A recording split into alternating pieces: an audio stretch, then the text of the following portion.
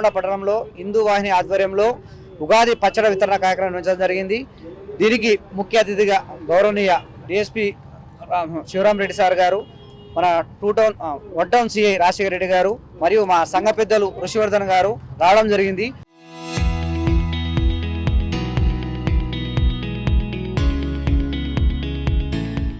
ఈ యొక్క ఉగాది పర్వదినం ఉపయోగించుకొని ప్రతి ఒక్కరూ ఉగాది అంటే 31 క్యాలెండర్లో మారే డేట్ కాదు, ప్రకృతిలో కొత్తదనము, ప్రకృతిలోనే ఉండేటువంటి ఆహ్లాదకరమైన వాతావరణం ఏర్పడినప్పుడు అది కొత్త సంవత్సరం అంటారు.